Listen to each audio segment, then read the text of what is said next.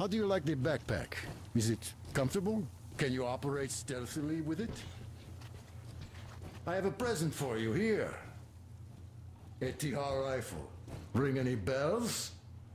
It's pneumatic, but it still packs a wallop. Plus, making bullets for it is easy as pie, even in the field. Just remember to keep that pressure up. Otherwise, you might as well be spitting them out yourself.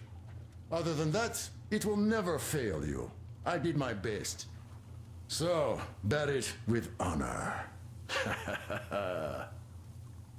And don't forget to drop by from time to time. I have a few ideas for improving it.